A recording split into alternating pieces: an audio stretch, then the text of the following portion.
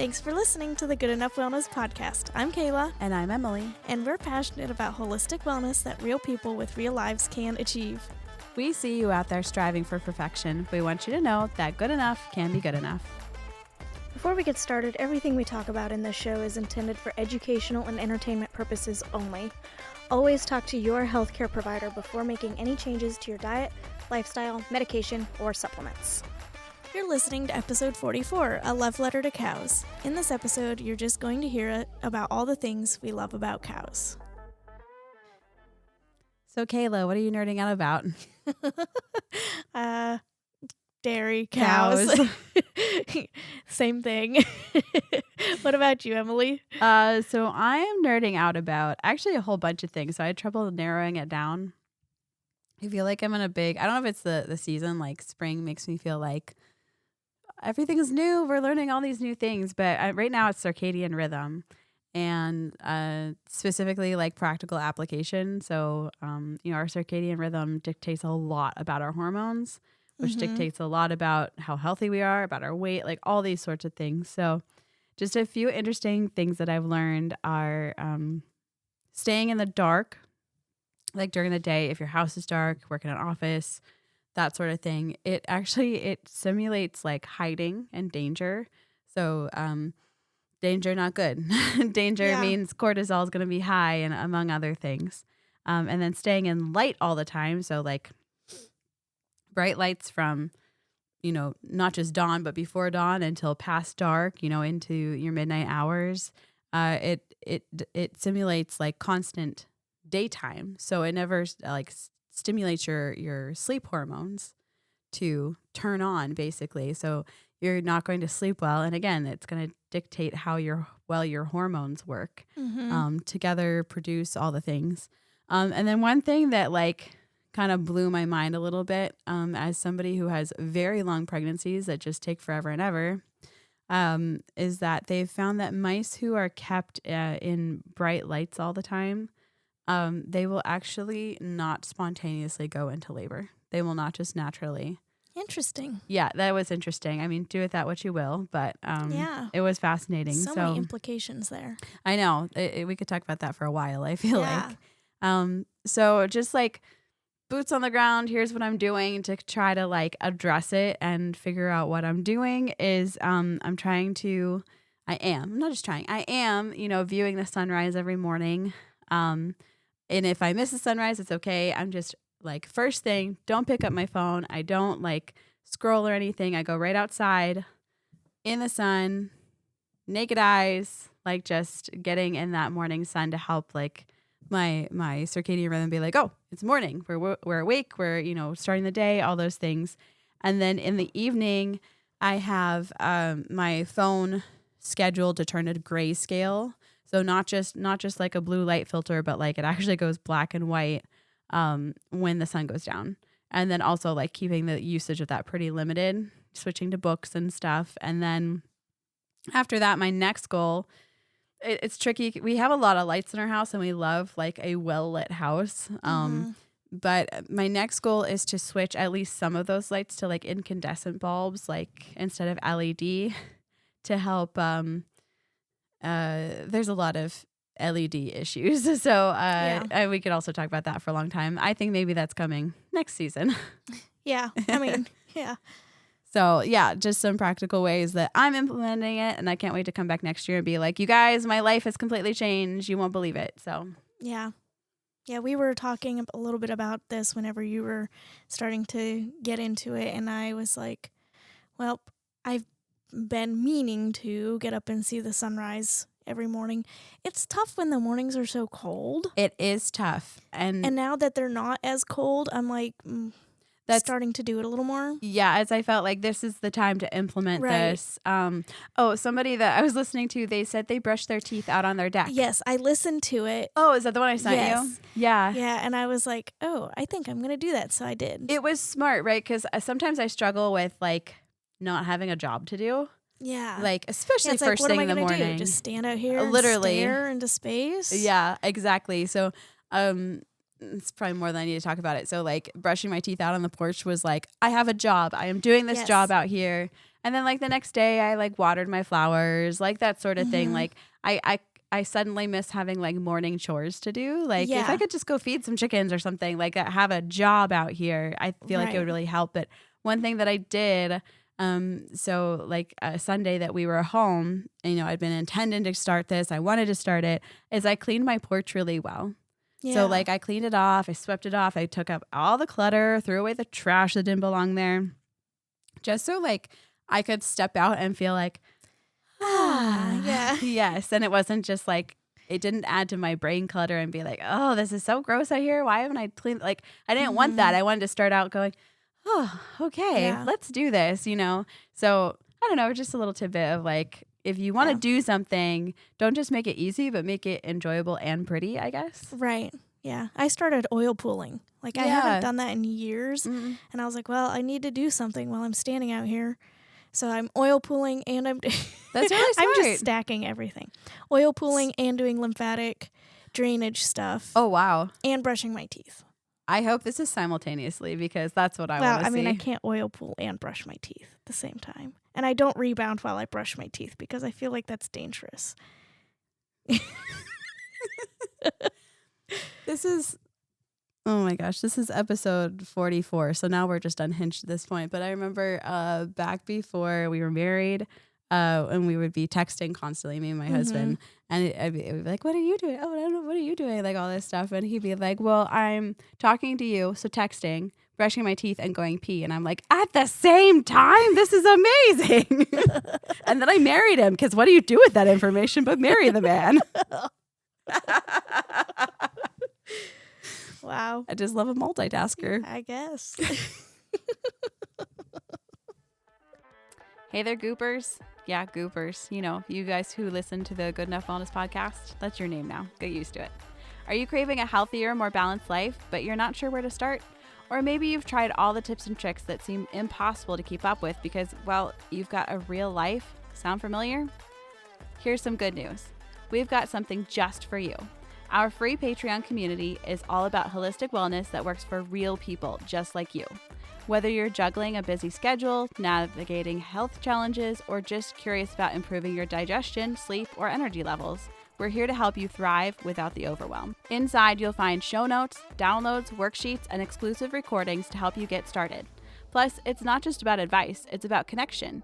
You'll join a supportive group of people on the same journey, cheering each other on and sharing ideas that actually work. The best part? It's totally free to join. So why not take the first step today? Head over to patreon.com/goodenoughwellnesspodcast and join the community where wellness meets real life. Let's grow together. You've got this. A love letter to cows. We do adore cows. We adore dairy. We adore milk. And we gave you all the reasons why. We've already talked about, about milk, about raw milk and the scam that has happened in the last, 100 years about it. And now we're just going to talk about cows because they're so freaking cool. Yes. Cows weren't really an animal that I thought a lot about until recently, really. Like, I became best friends with Emily when I was 16. Mm-hmm. Well, I guess 15, I guess I was still 15, and so she had cows on their farm, and so it's like I went out and saw the calves mostly. I don't remember going out to the barn and seeing the cows, really. Yeah. So we mostly just spent time with the calves a little bit. And I was like, yeah, they're cool. Like, I like animals in general, so. And baby animals especially, Right. yeah. And then, like, seeing them at the fair and things.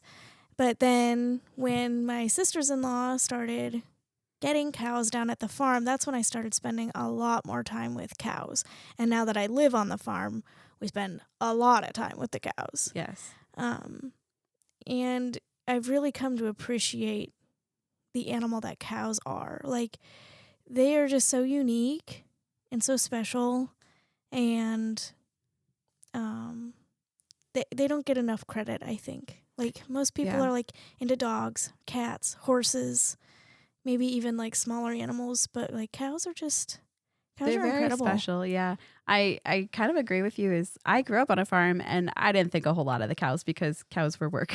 Right. So I didn't really have a lot of love for them until I started getting beef cows, and I really loved my beef cows. They were They were awesome. I really enjoyed them. But now that I'm a little bit older and some distance, Yes. absence makes the heart grow fonder, Yes. I suppose. I really do adore dairy cows and like all that they're capable of. Yeah. So we're just going to talk about some of the things that we love about cows. And this isn't going to be like some kind of fact-finding, deep dive, nerdy episode like you might be used to at this point, but we just want to appreciate cows for a minute. It feels like we should have come up with like a ballad.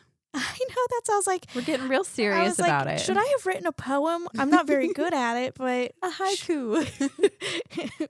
yeah. My brain cannot with haikus. You're not getting that from me. Like it would not have been a very good poem, but that's how it feels. Like that's Roses the are vibe. red. That's it. That's all I got. Violets are blue. We love cows. And How so about should you? That was the poem. Okay, now we're going to talk about why we love cows.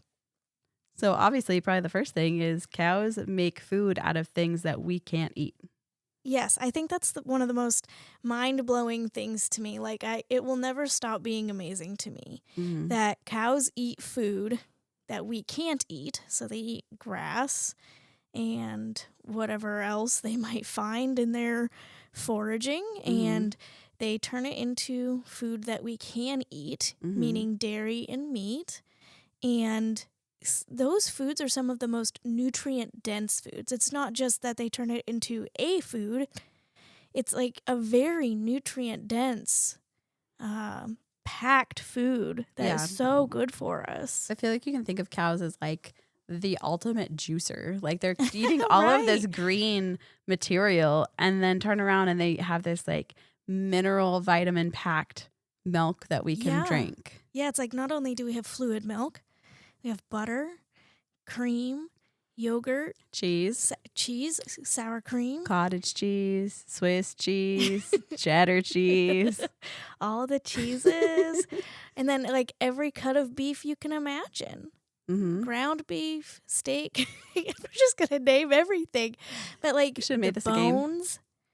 Even the bones have so much nutrients in them. Yes, I'm listening to a book right now, and they talk a lot about like meat on the bone and how healthy that is for you. Yeah. What book is it? Deep Nutrition by Dr. Catherine Shanahan. You were talking about that one. Yes.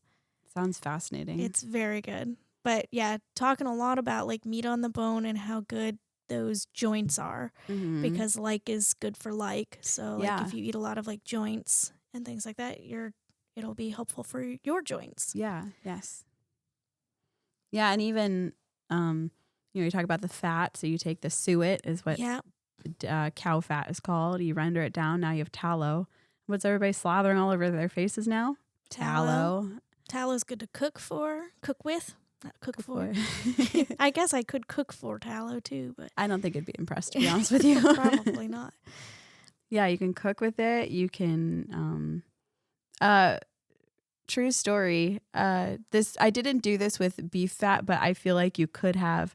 One time we had like a leather 4-wheeler seat and something, an accident got left on it. It was like some kind of, I don't remember what it was, but it dried it out. And what happens when those dry out? They crack, and there's really nothing you can do about them but replace them. I was like, hang on, I got it. I rubbed coconut oil on this seat for like every day for like a week, and it never dried out and never cracked. I was like, I bet tallow would have worked just as well, if not better, to be honest, because especially if it was leather, it would be more natural fat for that. Right. It would more symbiotic, I feel like. And then after, they eat this grass and they make it into milk that we can drink, they also poop, which is amazing too, because now they can fertilize not just the grass that they're eating, but then also like our own food that we eat too. So like vegetable gardens and stuff. Yeah, cows make the earth better. And the way that they do this is by, first of all, grazing. So grazing is really good for the plants. Something about the chewing and like the pulling on the plant makes them grow stronger roots. So it makes the plants stronger. And then adding manure and even urine to the to the fields Mhm. or your vegetable garden or the earth in general adds fertility. So it adds components that the earth needs in order to grow more nutritious plants. Yeah, speaking of symbiotic relationships. Yeah. Yes. One of the coolest things about cows is they have the capability, if managed properly, to capture carbon from the atmosphere and turn it into fertility for the earth. So if you ever hear anybody talk about cows, usually one of the main things they're going to talk about is how cow farts are killing the earth. And methane is so bad for the environment, and that's why we need to get rid of all cows. Never mind the billions of vehicles that we have driving around that are also emitting unnatural gases and big factories and stuff. But that's a whole other side tangent for me. Of course, we're going to blame Yes. the cows, the most natural part of our environment. But true, they do this. Usually a properly managed cow isn't going to fart really that much. I'm not even sure that I've ever really heard a cow fart. I have. Once in a while, but Yeah, it's but not like they it's- do it a ton. Yeah, no. I actually saw like one of those. It was definitely clickbait, so I didn't click on it. But it was like they're trying to develop a vaccine so that cows won't burp and fart. And I'm like, is this a problem that we really need to address? Also, like, do you know how that works? Because I feel like you don't. Right, yeah. I do see them burp, but that's how they bring their They're cud cut back up. up. Yeah. But anyway, they do release methane into the environment. That is true. But when they are managed properly, so meaning that they are out on pasture and they are being rotated into different paddocks, so that way they're not just grinding a field into a pad of mud, those plants that they're on grow bigger, stronger, deeper roots, and those plants then capture the carbon and draw it down into the earth via the roots. And it feeds the plants and captures the carbon from the environment. So it makes our atmosphere, our air cleaner and safer. That's really cool. Yeah. That's awesome. I learned a lot about this from a book called Sacred Cow by Diana Rogers. Absolutely fascinating. I like her a love it. lot. She has an Instagram, right? It's Sustainable Dish. she's worth following. She's very good. It's all very scientific, Practical too. practical and scientific. So Mhm. like she's done a lot of work recently talking about how nutritionally, speaking like strictly nutritionally, they have not seen a large difference between like feedlot beef and grass-fed beef, which I know kind of sounds like alarming at first. I feel like if you're somebody who like is diehard grass-fed, but I think I do stand by that grass-fed is probably better for the environment. However, when you're talking about like wage gaps and you know people are just trying to make it these days, it's very comforting to hear that like I can buy the regular beef in the grocery store and still be giving my family A nutrient dense good meal. nutrition. Yeah. Yeah, which probably just speaks to like how efficient cows are at turning anything into nutrition. Right. And probably one of our favorite things about cows, I had never heard this till you said this, and I just laughed so hard. You call them grass puppies. Yes. Have you ever seen them? when Oh they're yeah, out? Like, it they're makes just, perfect like, sense. They're out there hip hopping around and But if you ever get the pleasure of witnessing like the first time cows go on pasture after a long winter, even the it's oldest of them they're bucking and prancing. carry on. Yeah. frolicking. Yep. Rolling. Yes. They literally look like big dogs. Yes. They act like big dogs. Yes, they really do. I do love that about them. And they have personalities. Mm-hmm. Like I think I've counted, we have about 20 cows in our barn right now. Wow. And they each have such a personality. Mm-hmm. And like there's one that like if you're beside her and you're trying to give her water, she's got her nose right up in your face because she wants to give you a big old kiss. Yes. When others would be like pushing the bucket out because they are thirsty and they want water, she just wants to love you. Yes. And you give her scratches and she's a big doll. And then we have another one that like you have to watch your kids when they walk by because she'll reach out and push them over. She's a little bit of a turd. Yes. It's like, She's bored. What do you want? yeah, like They just have such personalities. Our matriarch cow is Journey. Yeah, she's been around. She's our oldest cow, and she's mothered a lot of the cows in our barn, and she is the mother hen. Yeah. And like any of the cows give birth, and she's over there mooing. She wants that baby. Yes. She's so funny. She's like, all she wants is her grain, and once she's done with her grain, she's staring you down because she's waiting for her hay. And like when we turn them out into pasture, we have an old horse as well, and those two hang out. I call them the odd couple because those two just hang out. It's like the grannies. Yes, and we actually separated them last fall. We had Journey out in a temporary paddock, and Boomer stayed in the pasture with the other horses, and they literally stood like at the fence and talked to each other. Aww. Like Journey was mooing and Boomer was neighing. They were lonely. Yeah, they like missed each other. Aww. It was so sweet. And That is really sweet. It broke my heart a little. I was like, Yeah. Journey needs to go back with Boomer.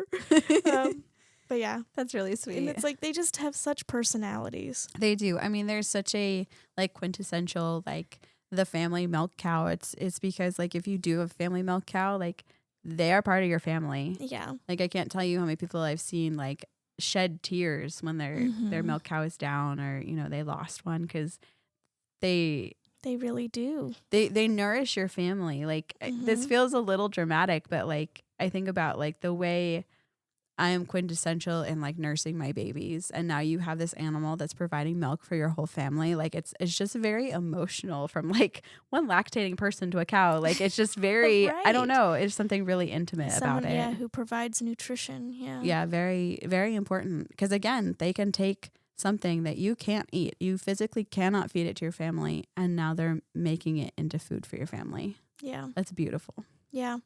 And we didn't spend a lot of time talking about this when we were talking about that, about like them turning food, like food you can't eat into food you can. But like a lot of the reasons that people say that we need to switch to plant-based is because we don't have like the infrastructure, our earth isn't able to sustain meat for the whole planet. But that's just because it's mismanaged.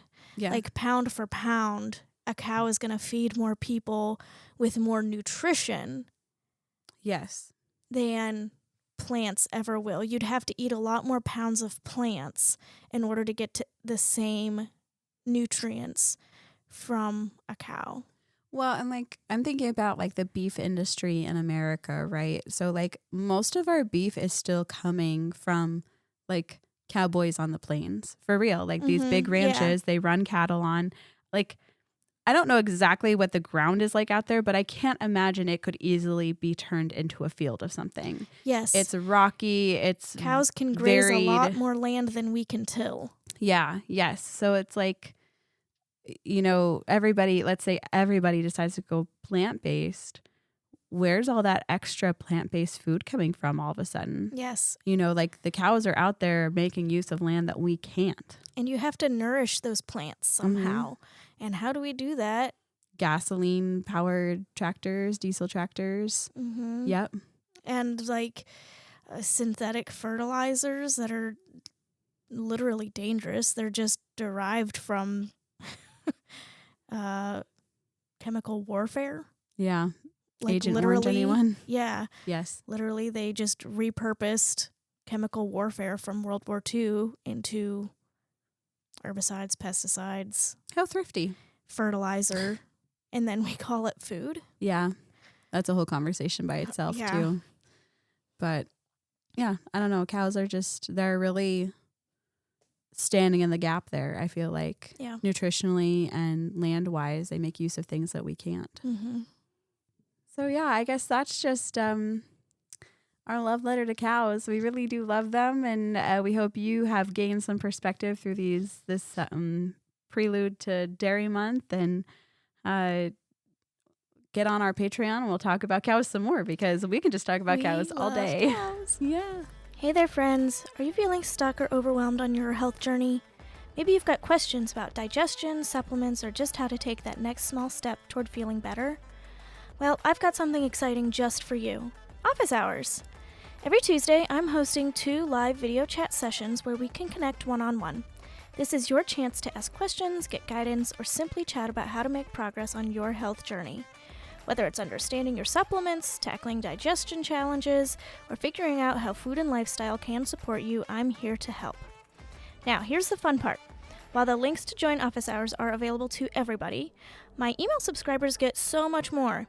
By joining my email list, you'll not only stay updated on Office Hours reminders, but also get access to exclusive tips, resources, and inspiration to help you feel your best. Head over to the show notes for this episode and sign up for my email list today. I can't wait to see you during Office Hours and help you take your next steps with confidence and clarity. Let's do this together. Hey, Kayla, what's good this week? So, keeping in theme with this episode, this week, Garrett and I set up some temporary fence for our cows. We haven't put them out yet. It was pretty wet. We had quite a bit of rain, so it was pretty wet and we didn't want to take them out just yet. But yeah, it's one of our favorite things to do because we get to spend time together, we get to exercise, and we get to see a lot of our land that we normally wouldn't. Yeah. And then we have the pleasure of putting animals out on land so they can make our land better. Yeah. We always like to say we're making the cows do the work because they're feeding themselves, they're spreading their own manure, they're happier, they're healthier, and the land is getting happier and healthier. That's awesome. So, yep, that's what we did. Yay. Can't wait to see them out there. Yeah, and we're really excited to get them out. What about you, Emily? So what's good this week is my husband called me this morning and it was still morning, but not super early, but I was back in bed nursing the toddler. And whenever he calls me in the morning, my heart just, because I've gotten not good phone calls first thing in the morning that were not happy ones. So he called me, I answer, what's wrong? He's like, nothing's wrong. So he got a promotion that he finally got the job title that he's been after for literally the last 10 years. And they're finally recognizing his hard work. And I was just thinking not only is that super exciting and we're taking the kids out to a nice dinner tonight. I don't know, just That's celebrating. fun. Yeah. It is really fun. It's a really big achievement, but what a privilege it is to be married to somebody who's well respected and well known in his circles as, a reliable person. Yeah. And just really, really proud of him. And yeah, I'm really excited for That's this awesome. whole next chapter. Thank you for listening to the Good Enough Wellness Podcast. To learn more about my one-on-one packages, join my mailing list and follow me on Instagram at Kayla King Wellness. Don't forget to subscribe to the Good Enough Wellness Podcast feed wherever you listen to podcasts. You don't want to miss an episode. Follow us on Instagram at Good Enough Wellness Podcast to learn about upcoming episodes and join our free Patreon to interact with the Good Enough community. The Good Enough Wellness Podcast, because good enough can be good enough. Well, that's good enough for me. Me too.